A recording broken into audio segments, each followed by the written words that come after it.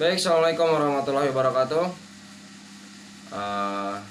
Akhirnya kita bertemu kembali di pelajaran bahasa Indonesia, ya, masih bersama Bapak Rohiman, ya, untuk kelas 10 dari SMK Ma'arif Al-Ghazali. Dan tahan tintinya Bapak selalu menghimbau kepada kalian untuk siswa di SMK ataupun SMP Ma'arif Al-Ghazali untuk selalu menjaga protokol kesehatan, ya. Jangan lupa selalu mencuci tangan, menggunakan masker, dan juga menjaga kebersihannya, ya. Karena dengan kita selalu menjaga kebersihan, tentu kita akan selalu terhindar dari yang namanya penyakit, ya. Jangan sampai ketika kita beraktivitas, ya, kita ceroboh dan akhirnya membuat kita perlahan sakit, ya. Jadi Bapak harap kalian selalu menjaga protokol kesehatannya untuk kebaikan kalian dan juga untuk kebaikan semuanya yang ada di sana, ya. Nah, untuk selanjutnya, untuk materi selanjutnya di pertemuan yang keempat ini,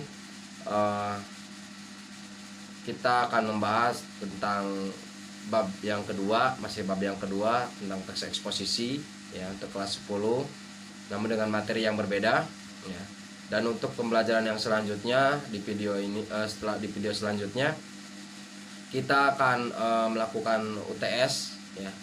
Jadi Bapak harap kalian nanti mencatat dan juga mengerjakan UTS-nya, ya, sesuai dengan apa yang terdapat dalam soal, ya. Dan silakan nanti kalian kumpulkan ketika kita sudah kondisinya sudah aman, ya. Dan untuk materi yang akan kita pelajari hari ini yaitu tentang unsur kebahasaan yang terdapat dalam teks eksposisi, ya. Nah, untuk yang pertama yaitu menggunakan pronomina ataupun nomina, ya. Sebelumnya mungkin kalian sudah mengetahui apa yang dimaksud dengan nomina. Nomina merupakan kata benda dasar ataupun kata yang menunjukkan suatu benda, ya, baik itu berupa gambar seperti meja, rumah ataupun yang lainnya, ya. Serta terdapat nomina turunan. Nomina turunan ini yaitu kata benda yang ditambahi dengan imbuhan, ya. Biasanya menggunakan imbuhan per, ya, ataupun pe, ya, di depannya, ya, seperti itu. Seperti permainan, pembelian ataupun kekebalan, ya, kekebalan dan lain sebagainya.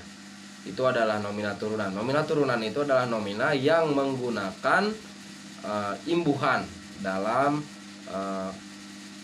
menggunakan imbuhan pada kata bendanya, ya. Kemudian untuk pronomina itu merupakan kata yang dipakai untuk mengacu pada nomina lain, ya. Maksudnya seperti apa? Contohnya seperti pronomina pesona, ya, dan menggunakan kata saya, engkau, dia, mereka, ataupun penanya, ya, seperti apa, siapa, dan mengapa, ya. Itu adalah salah satu contoh yang namanya pronomina. Seperti itu. Pronomina itu adalah kata benda yang mewakili dari benda lain, ya. Contohnya ketika saya, dia, ya, kemudian nya yang di akhirnya katanya itu biasanya adalah kata pronomina, ya. Terus seperti itu ataupun itu, ya, itu adalah salah satunya. Nah, untuk yang selanjutnya, untuk yang kedua itu menyajikan argumentasi urut. Maksudnya argumentasi urut adalah argumentasi yang menunjukkan kelemahan ataupun kemudahan ataupun kerumitan dari suatu teks, ya. Jadi argumentasi yang disampaikan lewat teks dari susunan struktur teks eksposisi itu memiliki tingkat, ya. Entah itu tingkatnya lemah, sedang atau kuat, seperti itu. Mudah, rumit, atau sedang atau biasa saja, seperti itu. Kemudian untuk yang ketiga itu menyatakan sikap penulis, ya. Kenapa di situ ada menyatakan sikap penulis? Ketika penulis setuju dengan apa yang disampaikan melalui data tersebut ataupun fakta yang disampaikan, ya, melalui argumennya, ia menyampaikan pendapatnya, ya. Apakah dia setuju dengan hal yang telah disampaikannya atau data yang disampaikannya ataukah tidak? Ya. Kalau seandainya dia tidak setuju, tentu ada alasan tertentu dan alasan tersebut akan disampaikan pada bagian penjelasnya seperti itu atau bagian argumentasinya. Nah, untuk selanjutnya yaitu untuk yang ketiga, untuk yang keempat ya. Untuk yang keempat yaitu menggunakan kata leksikal, ya. Menggunakan kata leksikal verbal, adjektiva ataupun adverbia, ya. Verbal adalah kata kerja, ya. Verba adalah kata kerja. Kata kerja itu bisa berbentuk seperti pergi, mandi, ataupun melukis, ataupun lukis, ya. Sedangkan untuk verba turunan itu menggunakan imbuhan, ya, baik itu imbuhan prefix, infix ataupun suffix, ya, itu. Kemudian ada adjektiva berupa sifat. Adjektiva itu kata sifat, ya. Contohnya seperti kalian itu cantik, kalian itu ganteng untuk laki-laki, ya. Dan ini adalah hal yang susah. Susah itu merupakan kata dari yang namanya adjektiva, ya. Kemudian malas-malasan itu adalah kata sifat, ya. Kemudian adverbia merupakan kata keterangan seperti sangat, dengan, dan karena, ya. Itu adalah adjektiva yang berupa keterangan, ya. Kemudian ada untuk yang selanjutnya yang ke-5 yaitu menggunakan kata hubung, ya. Kata hubung ataupun konjungsi. Konjungsi yang sering digunakan antara lain yaitu lalu, sehingga, sambil, ketika, dan akhirnya. Itu merupakan kata-kata hubung ataupun kata konjungsi yang digunakan atau sering digunakan dalam teks eksposisi, ya. Nah, untuk selanjutnya, untuk materi selanjutnya, kita harus bisa mengetahui apa yang dimaksud ataupun bagaimana cara ataupun langkah-langkah dalam penyusunan teks eksposisi, ya. Untuk cara penyusunan teks eksposisi ini ada beberapa langkah. Yang pertama yaitu kita harus menentukan temanya terlebih dahulu. Apa yang akan kita angkat dari pembicaraan yang akan kita bahas di teks eksposisi yang kita akan buat, seperti itu.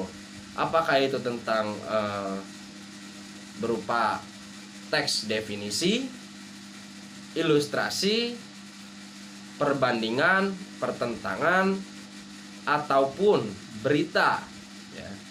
Itu bisa kita buat ketika kita sudah mengerti apa yang akan kita uraikan di teks eksposisi tersebut, ya. Kemudian kita harus menentukan tujuannya.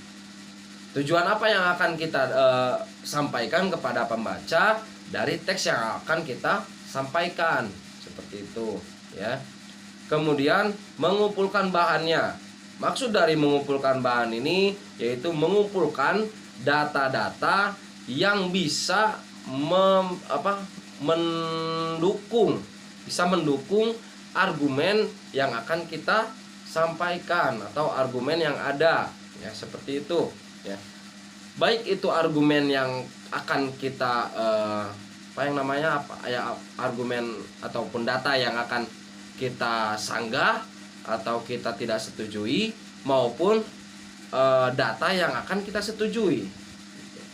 Bahan-bahan yang bisa kita dapatkan itu bisa dari internet, ya, bisa dari internet, kemudian bisa dari koran, majalah, ataupun radio, ya. Itu bisa kita gunakan. Keempat ini bisa kita gunakan sebagai bahan untuk kita mencari apa yang kita inginkan. Kemudian untuk yang selanjutnya yaitu menyusun kerangkanya. Menyusun kerangkanya itu yaitu dengan kita mengetahui struktur dari teks eksposisi. Apa saja sih struktur yang terdapat dalam teks eksposisi tersebut? Kemudian apa yang harus kita bahas dalam teks eksposisi tersebut? Nah, apakah yang pertama itu kita harus menjelaskan tentang definisi atau seperti apa ya? Nah, itu kita harus pertimbangkan ya, seperti itu. Agar ketika teks eksposisi tersebut dibaca bisa dimengerti oleh kita bisa dimengerti oleh pembacanya seperti itu. Nah, kemudian untuk selanjutnya yang kelima yaitu mengembangkan kerangka menjadi sebuah karangan ya. Mengembangkan kerangka menjadi sebuah karangan yaitu dengan menulis teks tersebut secara satu persatu ya, sesuai dengan bagian dari kerangkanya seperti itu. Nah, itu yang bisa Bapak sampaikan di pertemuan kali ini. Dan untuk tugas dari hari ini yaitu buatlah teks eksposisi berupa berita dan definisi dengan memperhatikan kebahasaan dan struktur teks eksposisi bersama kelompokmu ya. Dan jangan kalian tulis teks eksposisi yang telah Bapak sampaikan ya, sebagai tugas, karena itu bukan jawaban dari tugas kali ini ya. Dan nanti setelah ini untuk minggu depan kita akan melaksanakan UTS ya. Dan nanti soalnya akan Bapak sampaikan lewat video. Dan mohon kalian kerjakan tugas-tugas yang Bapak telah sampaikan ya. Jangan sampai kalian tidak mengerjakan, karena ini merupakan penilaian untuk kalian ya. Baik itu dari penilaian tugas, penilaian kehadiran, dan juga penilaian sikap kalian ya. Itu kognitif dan juga penilaian keterampilan kalian. Jadi Bapak harap kalian mengerjakan tugas apa yang Bapak sampaikan. Baik, terima kasih untuk pertemuan kali ini. Dan mohon maaf bila ada hal-hal yang kurang dimengerti ya. Dan silakan nanti kalian tanyakan kalau seandainya ada yang kurang dimengerti. Dan mohon maaf apabila penjelasan Bapak terlalu cepat ya. Dan Bapak akhiri pertemuan yang terakhir kali ini untuk bab yang kedua. Dan Bapak akhiri, wassalamualaikum warahmatullahi wabarakatuh.